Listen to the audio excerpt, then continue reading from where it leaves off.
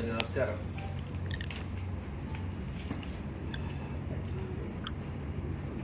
చూస్తూ ఉంటే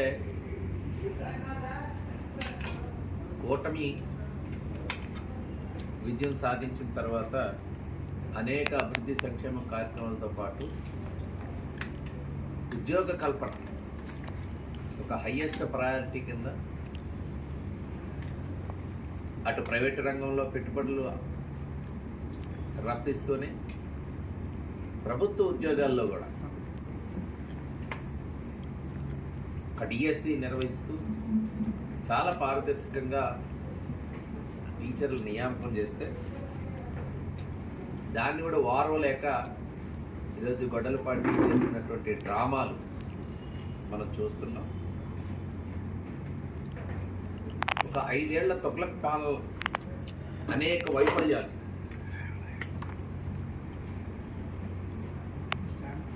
యువత అన్ని రకాలుగా కూడా ఇబ్బందులు పడుతూ ఆ 5 ఏళ్ల పాలన గడిచినటువంటి పరిస్థితి మీ అందరికీ తెలిసిందే. మెగా డిఎస్సి 2025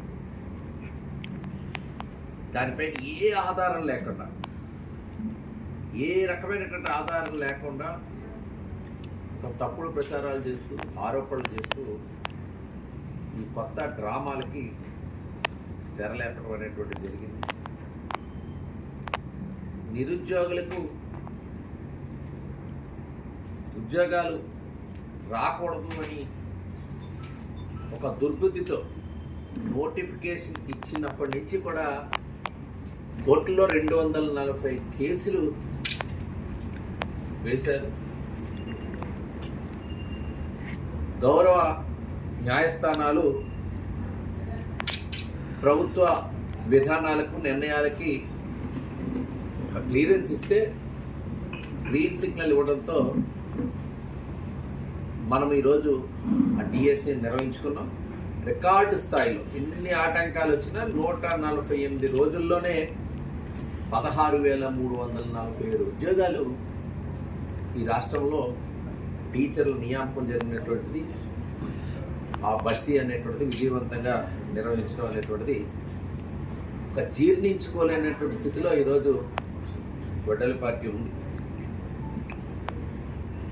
దేశంలోనే ఒక ఉన్నతమైనటువంటి ఐఐటి జేఈ పరీక్షలు నిర్వహించినటువంటి టీసీఎస్ I1 ప్లాట్ఫామ్ ద్వారా 256 బిట్ ఎన్క్రిప్షన్ భద్రతతో అసలు మానవ ప్రమేయం లేకుండా నిర్వహించిన ఈ పరీక్షలు లీకేజీలు జరిగాయని చెప్పి మాట్లాడటం వారి అజ్ఞానానికి, దిగజారుడితనానికి నిదర్శనం ఉంది.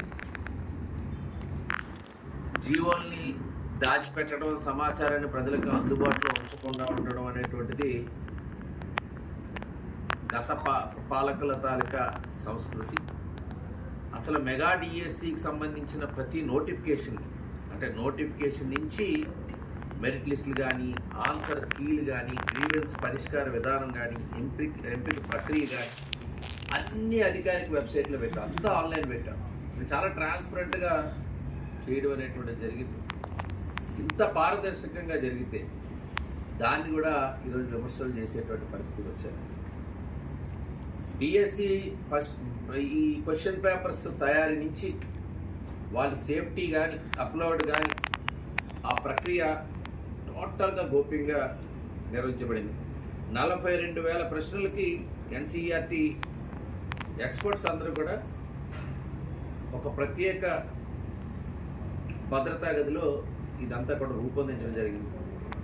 సిస్టమ్స్ డైరెక్టర్ ఎన్సీఈఆర్టీ ఆధీనంలో ఉండగా పాస్వర్డ్స్ ఎవ్రీడే కూడా మార్చడం జరిగింది.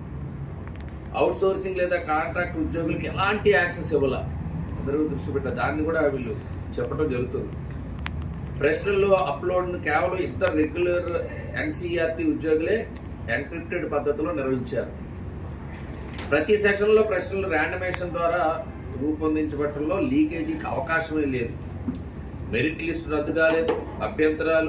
అభ్యర్థులు చేసినటువంటి అభ్యంతరాలు కావచ్చు, టెట్ వెయిటేజ్ కావచ్చు, సర్టిఫికెట్ వెరిఫికేషన్ కావచ్చు, రిజర్వేషన్ల అమలు వంటి అంశాలను కూడా మొత్తం పరిశీలించిన తర్వాతే తుది ఎంపిక అంటే జాబితా అనేటువంటిది రూపొందించబడింది. మొత్తం నోటిఫికేషన్ అంతా కూడా నిబంధనల ప్రకారమే నిర్వహించారు. అది కూడా టోటల్ వెబ్సైట్లో డేట్ టు డేట్ అన్నీ కూడా ఉన్నాయి. ఈరోజు ఆర్టీఐ కూడా పెట్టుకోగలం, ఆన్లైన్లో చూసుకునే విధంగా ఈరోజు వెబ్సైట్లో పెట్టడం జరిగింది. అభ్యర్థుల అంటే ఇండివిజువల్ లాగిన్స్కే అంటే వాళ్ళతో పాటు వారి సెల్ ఫోన్లకు సైతం డైరెక్ట్గా మెసేజ్లు, వాళ్ళ స్కోర్లు ప్రకటించలేదని చెప్పి ఈరోజు వాళ్ళు విమర్శలు చేస్తున్నారు. అసలు మొత్తం ట్రాన్స్పరెంట్గా వాళ్ళకే ఎస్ఎంఎస్ ఇచ్చారు. రాష్ట్ర చరిత్రలోనే మొట్టమొదటిసారిగా ఎస్సీ వర్గీకరణతో పాటు మహిళలకు కానీ, హ్యాండిక్యాప్డ్కి కానీ, స్పోర్ట్స్ కోటా కానీ మొత్తం అన్నీ కూడా హారిజంటల్ రిజర్వేషన్లు పక్కాగా అమలు చేసినటువంటి పరిస్థితి. అది కూడా ప్రతిదీ కూడా ఆన్లైన్లో పెట్టడం జరిగింది. గత అనుభవాలను దృష్టిలో పెట్టుకొని వెయిటింగ్ లిస్టులకు గందరగోళం కూడా లేకుండా 1:1కి అంటే ఒకవేళ హారిజంటల్లో ఫస్ట్ పోస్ట్ ఆయిల్ సర్టిఫికేట్ వెరిఫికేషన్లో వాళ్ళు కనుక ఇవ్వకపోతే రెండో వ్యక్తిని కూడా మనము ఎక్కడా కూడా కామెంట్కు లేకుండా ఆ అభ్యర్థులను కూడా పిలుచుకొని చేసినటువంటి పరిస్థితి. ఈ గ్రీవెన్స్ కూడా ఏవైతే 33,830 అర్జీలు వచ్చేది దీనిపై, వాటిని కూడా జోనల్ స్థాయిలో, రాష్ట్ర స్థాయిలో ఫైనల్ అపిలేట్ అథారిటీని కూడా ద్వారా ఆ ఫిర్యాదుల నిబంధనల ప్రకారం కూడా పరిష్కరించడం కూడా జరిగింది. ప్రతి అభ్యర్థి తన సమస్యని వివరించడానికి అవకాశం కలిగించబడింది. ర్యాంక్ ఆధారంగా కాకుండా నోటిఫికేషన్లో పేర్కొన్న రోస్టర్ పాయింట్స్ కానీ, కమ్యూనిటీ హారిజంటల్ రిజర్వేషన్స్ కానీ, సర్టిఫికేట్ వెరిఫికేషన్ కానీ ఇలాంటివన్నీ కూడా పోస్ట్ ప్రాధాన్యత ఆధారంగా నిర్వహించబడ్డాయి. ఈ ఎన్సీఆర్టీలో 2016 నుంచి పనిచేస్తున్నారు. నిబంధనల ప్రకారం డిఎస్సి రాసేటప్పుడు అనుమతి తీసుకోవాలి. ఆయన ఎవరికి చెప్పాల. ఎవరైతే ఇప్పుడు నవీన్ డిఎస్సి కౌన్సిలింగ్లో ధృవపత్రాల పరీక్షలకు హాజరు కాలేదు, ఆయనకి అందుకే ఉద్యోగం కూడా రాలేదు. దాని మీద ఇప్పుడు ఈరోజు కామెంట్ చేస్తున్నారు. ఈ రకంగా అనేక ఇష్యూస్. అందుకే కొంతమంది అభ్యర్థులు ర్యాంకులు వచ్చే వాళ్ళకి సీట్లు రాలేదు, వాళ్ళకి ఉద్యోగాలు రాలేదని కామెంట్స్ చేస్తున్నారు. మరి అందులో తీసుకుంటే ఒక 5-6 మీకు ఏకాంబరం చిత్తూరు జిల్లా సోషల్ స్టడీస్ ఆయనకి ర్యాంక్ వచ్చింది, ఆయన 125 బీసీడీ చెందిన వ్యక్తి.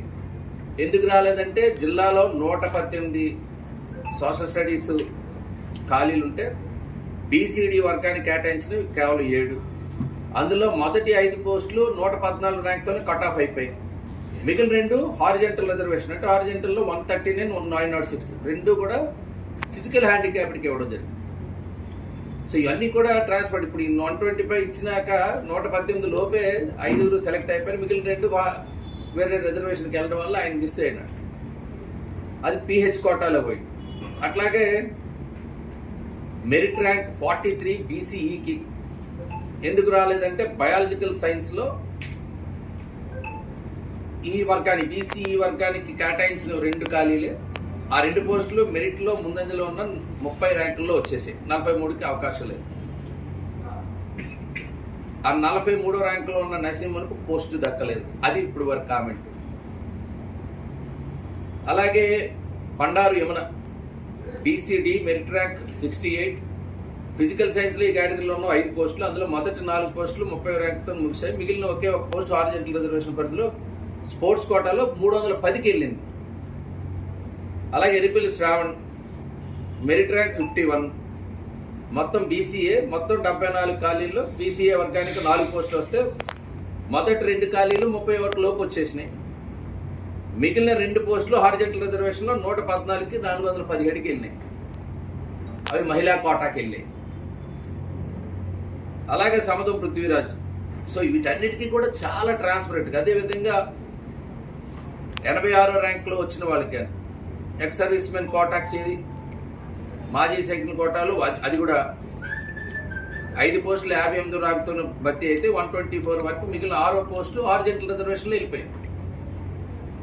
సో ఈ రకంగా చాలా ట్రాన్స్పరెంట్గా ఎవరికి ఎట్లా జరిగినాయి, ఏ రకంగా వెళ్ళినాయి అనేటువంటిది చాలా ట్రాన్స్పరెంట్గా ఆన్లైన్లో ఉన్నాయి. అందుకని వీటికి అభ్యంతరాలు కూడా వివిధ రూపాల్లో ఇది ఏమైనా అక్రమాలు జరిగితే కోర్టులకు వెళ్ళారు. న్యాయస్థానాల్లో కూడా అభ్యర్థులకు ఏదైనా గ్రీవెన్స్ ఉంటే చేయమని చెప్పడం, దానిపైన కమిటీని కాన్స్టిట్యూట్ చేయడం చాలా ట్రాన్స్పరెంట్ చేసినటువంటి పరిస్థితి. గత 5 ఏళ్ల పాలనలో ఒక ప్రభుత్వ ఉద్యోగం కూడా ఇవ్వలేకపోయినా, ప్రైవేట్ ఉద్యోగాలు కూడా కల్పించకపోయినా 2019లో ఎన్నికల ముందు 2,30,000 ఉద్యోగాలు ఇస్తామని చెప్పి 23,000 టీచర్ పోస్టులు ఖాళీగా ఉన్నాయని అధికారంలోని రాగానే మెగా డిఎస్సి నిర్వహిస్తానని చెప్పినటువంటి పెద్ద మనిషి ఎట్లా మోసం చేశారో అందరికీ తెలుసు. 2 ఉద్యోగాలు అన్ని యాజమాన్యాల్లో కలిపి చేస్తున్నాయని ఇచ్చారు. దీనిలో తీసుకుంటే ఓవరాల్గా 94 నుంచి తీసుకుంటే 94, 96, 98 అప్పుడు చంద్రబాబు నాయుడు గారు ముఖ్యమంత్రి, 2004 వరకు కూడా, అలాగే 2014, 18, 95 నుంచి 96, 97 అక్కడ లిమిటెడ్ రిక్రూట్మెంట్ కావచ్చు, రెగ్యులర్ రిక్రూట్మెంట్ కావచ్చు, స్పెషల్ రిక్రూట్మెంట్ కావచ్చు. మరలా 25లో 16,300, మొత్తం 1,96,618 ఉద్యోగాలు, టీచర్ ఉద్యోగాలు కేవలం తెలుగుదేశం పార్టీ హయాంలో జరుగుతుంది.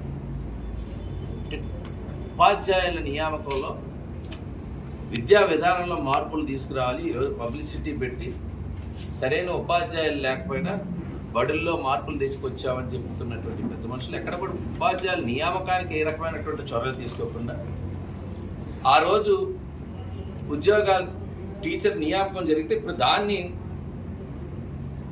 జన్జీ ఉద్యమం కింద, అక్కడ ఎవరు జన్జీ ఉన్నారో తెలియదుగా, ఈ రకంగా రాజకీయంగా,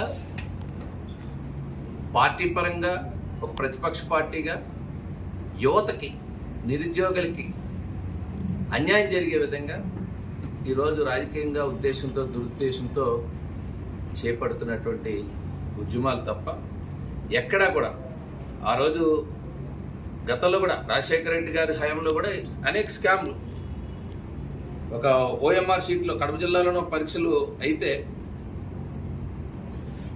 వాళ్ళు ఆ రోజు కూడా ఓఎంఆర్ షీట్స్లో కూడా చాలా అవకతవకలు చేయడం, అప్పటి డిప్యూటీ ఈఓలు ఎల్లారెడ్డి, సత్యనారాయణమూర్తి ఇద్దరు కూడా వాళ్ళ బంధువులు, వాళ్ళ నుంచి ఆ డిఓలు ఇద్దరు కూడా సస్పెండ్ అయిపోయారు. వీరి ధనదాహానికి ఆ రోజు చేసినటువంటి నియామకాలకు ఇప్పటికీ కూడా ఈరోజు కడప జిల్లాలో ఉండేటువంటి జరిగింది. ఇప్పటికీ 2006 విషయంలో ఇప్పటికీ మాట్లాడుకునే పరిస్థితి. అక్కడే పెద్ద స్కామ్ చేసినటువంటి వాడు. ఇప్పుడు ఈ రకంగా ఉంటే ఈరోజు టీచర్ నియామకాలు జరిగినటువంటి యువతలో ఇప్పుడు 16,000 మంది టీచర్లు ఇప్పుడు ఈ నియామకాలు తప్పు అని అంటుంటే, అంత కష్టపడి రాసి ఎగ్జామ్ రాసినటువంటి పాస్ అయినటువంటి ఉపాధ్యాయుల మనోభావాలు ఏ రకంగా ఉంటాయి? ఇవన్నీ కూడా వీళ్ళు కూడా ఎగ్జామ్ రాసి పాస్ అయ్యి అర్హత పొంది మంచి ర్యాంకులు సాధించి చాలా ట్రాన్స్పరెంట్గా, అప్పటికి కూడా ఈరోజు లోకేష్ గారితో పాటు అనేక మంది బహిరంగ చర్చకు సిద్ధమని చెప్పి అడిగారు దీనిపైన. ఏదైనా ఉంటే చెప్పండి, ఏ ఒక్క ఆరోపణ నిజమైన చేస్తారంటే ఎవరు మాట్లాడేది. జగన్ రెడ్డి గారు ఒకవేళ కామెంట్ చేసిన తర్వాత డైరెక్ట్గా బహిరంగ చర్చకు సిద్ధమని చెప్పి లోకేష్ గారి సవాల్కి ఈ రోజు వరకు మరలా తిరిగి మాట్లాడే పరిస్థితి లేదు. ఆ రోజు అనేక కక్ష సాధింపు, పిఆర్సీ సాధన కోసం టీచర్లు అందరూ కూడా విజయవాడ బిఆర్టీఎస్ రోడ్డుకి వెళ్తే వాళ్ళపైన లాఠీ చార్జ్ చేసిన సంగతి మనం ఒకసారి గుర్తు చేస్తున్నాం. లిక్కర్ షాపుల దగ్గర టీచర్లు కాపలా పెట్టారు.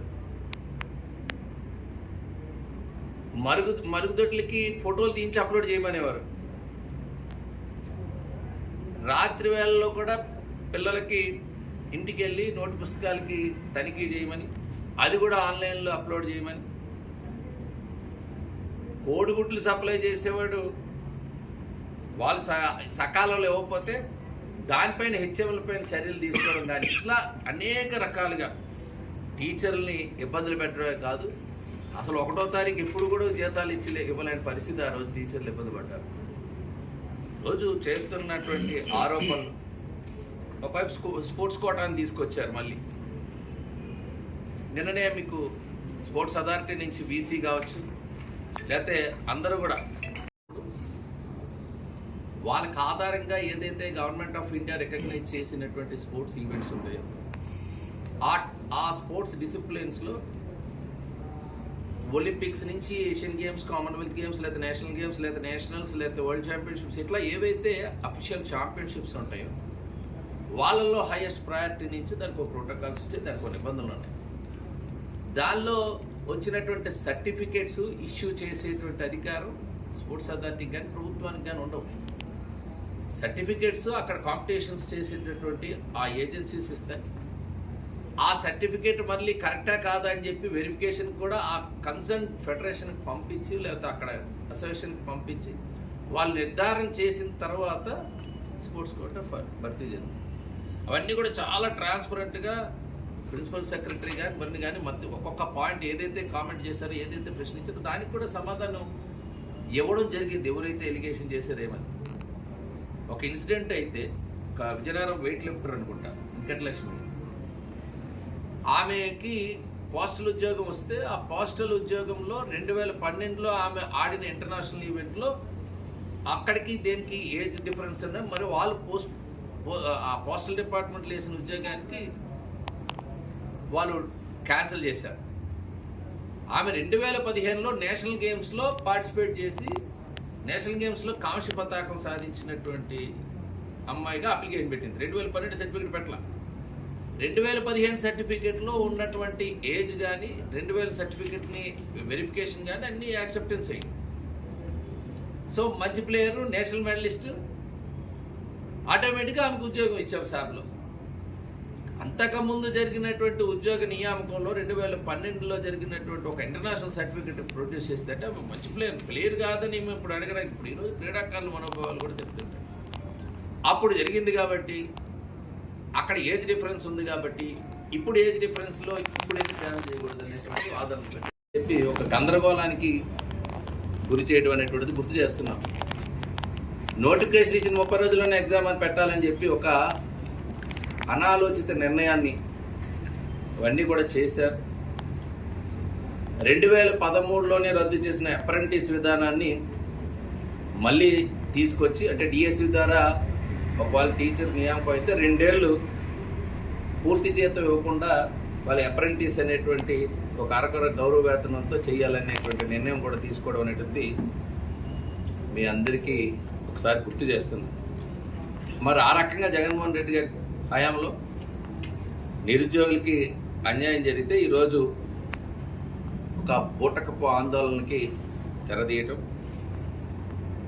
గతంలో కూడా అర్హత లేని వారికి ఈ హ్యాండ్ ల్యాండ్స్ ఇచ్చి, అంటే గ్రూప్ 1 లాంటి ఎగ్జామ్స్ పెడితే దాన్ని ఆ పరీక్ష దిద్దే వాళ్ళని అర్హత లేని వాళ్ళు పెడితే దానివల్ల ఇప్పుడు ఆల్మోస్ట్ 160 మందికి పోస్టింగ్స్ ఇస్తే వాళ్ళ భవిష్యత్తు అంధకారంలో పడింది. వాళ్ళ నాన్ ఫోకల్ పోస్టుల్లో పోస్టింగ్ ఇవ్వమని ఈరోజు కోర్టులు ఆదేశించాయి.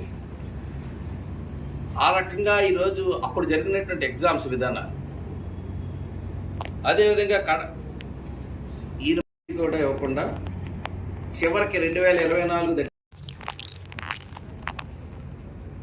ఏ కుటుంబంలో ఎవరో చనిపోకపోయినా ఆ 15 కుటుంబాలకు ఉద్యోగాలు ఇచ్చేసారు. దానిపైన 10 నుంచి 20 లక్షల రూపాయలు వసూలు చేశారని ఇప్పట్లోనే ఒక 2 ఉద్యోగస్తులు కూడా వాళ్ళటువంటి వీరి బంధువులు అవన్నీ కూడా వాళ్ళు ఈ రోజుకి కూడా వాళ్ళు సస్పెండ్ అయ్యి ఇప్పటికీ ఉన్నారు. కడపలోనే జరిగినటువంటి ఇన్సిడెంట్. ఆ నిరుద్యోగులందరూ కూడా ఇప్పుడు డబ్బులు పోయి వీధిని పడే పరిస్థితి వచ్చారు. 2006లో అయితే ఆ గ్రూప్ 1 పేపర్ గోల్మాల్తో పాటు కడప జడ్పీ స్కామ్ కాబట్టి ఇవన్నీ నిరుద్యోగుల జీవితాలతో జగన్ కుటుంబం అప్పుడు ఆడుకున్నది, ఆటలు ఆడుకున్నారు. 117 జీవో తీసుకొచ్చారు. ఆల్మోస్ట్ 12 లక్షల పేద బడుగు బలహీన వర్గాల వారికి ఆ రోజు స్కూల్ 117 జీవో తీసుకొచ్చి టీచర్లు అన్నీ రద్దు చేయడం వల్ల చాలామంది ఇబ్బందులు పడ్డారు. మీరు ఒక్కసారి చూస్తే టోటల్ టీచర్ల నియామకానికి వస్తే తెలుగుదేశం పార్టీ హయాంలోనే ఈరోజు గత ప్రభుత్వంలో విద్యాశాఖ